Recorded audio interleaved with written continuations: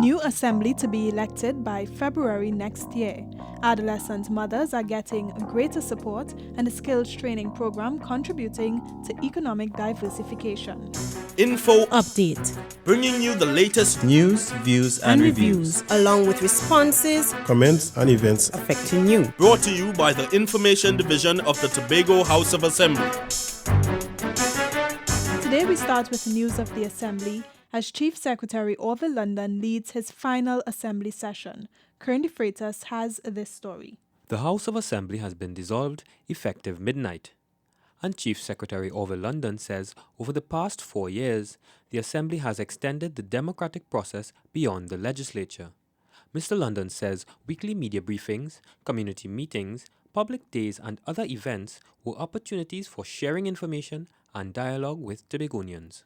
And we must also be mindful of the informal communication. Tobago is a place where people like to eyeball you, meet you on the street, call you at all hours in the day and the night.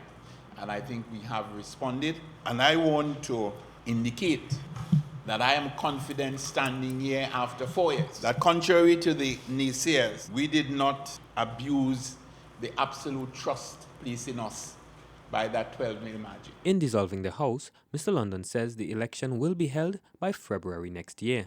So I want to put Tobago on notice that somewhere between the 11th of January 2017 and the 11th of February 2017, according to the Tobago House of Assembly Act, there will be a primary election for the Tobago House of Assembly to be held in Tobago. In his closing remarks, Mr. London says he's also thankful for the support of the people of Tobago over the years. I'm Kern de Freitas for Info Update.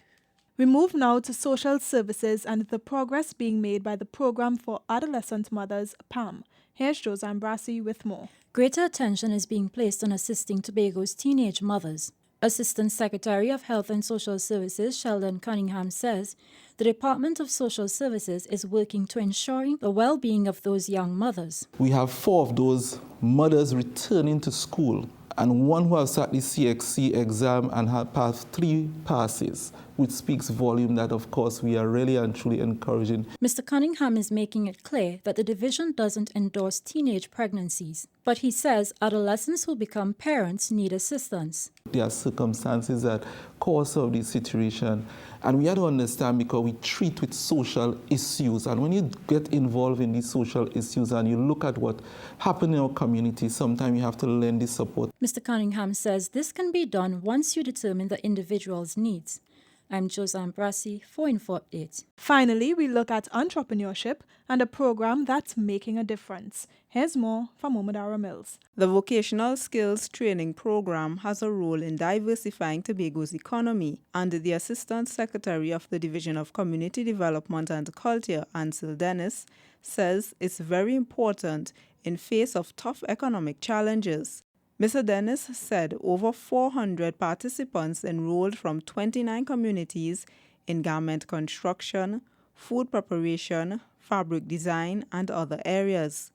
They'll graduate at the end of this month. And this will signal the end of a very successful vocational skills training program. The division intends to continue with that program as we expect to begin a new cycle in February of next year. Mr. Dennis says the division is committed to creating more skilled entrepreneurs in Tobago.